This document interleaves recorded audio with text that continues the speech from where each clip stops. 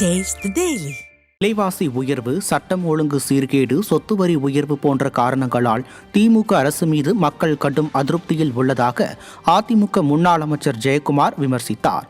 அதிமுக தலைமை அலுவலகத்தில் கழக நிறுவன தலைவர் புரட்சித் தலைவர் எம்ஜிஆரின் 108வது பிறந்த நாளை ஒட்டி அவரது திருவுருவ சிலைக்கு கழக பொதுச் செயலாளர் எடப்பாடி கே பழனிசாமி மாலை அணிவித்து மரியாதை செலுத்தினார். இந்த நிகழ்ச்சியில் பங்கேற்ற பின் செய்தியாளர்களை சந்தித்த முன்னாள் அமைச்சர் ஜெயக்குமார், புரட்சித் தலைவர் எம்ஜிஆரின் புகழ் 100 ஆண்டுகள் அல்ல 1000 ஆண்டுகள் ஆனாலும் நீடித்து நிலைக்கும் என்றார். திமுக ஆட்சிக்கு வந்த பிறகு விலைவாசிகள் உயர்ந்துள்ளதால் எப்போது தேர்தல் வரும் என்று மக்கள் எதிர்பார்ப்பதாகவும், வரும் 2026 சட்டமன்ற தேர்தலில் மாற்றத்தை தருவார்கள் என்றும் நம்பிக்கை தெரிவித்தார்.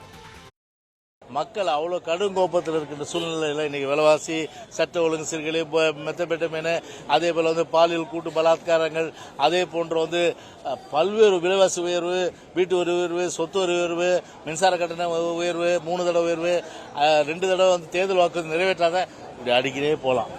இவ்வளோ இருக்கிற சூழ்நிலை அப்படியே மக்களுடைய அந்த நெஞ்ச கொதித்து போயிருக்கு. இன்னைக்கு எப்படா பொது தேர்தல் வரும், இன்னைக்கு திமுக முடிவு கட்டலான்ற அடிப்படையில் தான் இன்னைக்கு அவங்க தமிழ்நாட்டுடைய மக்களுடைய ஒட்டுமொத்த நிலைமை இருந்து அனைத்து இந்திய அண்ணா திராவிட முன்னேற்ற கழகத்தை அரியணையில் ஏற்றுவதற்கு மக்கள் தயாராகிவிட்டார்கள்.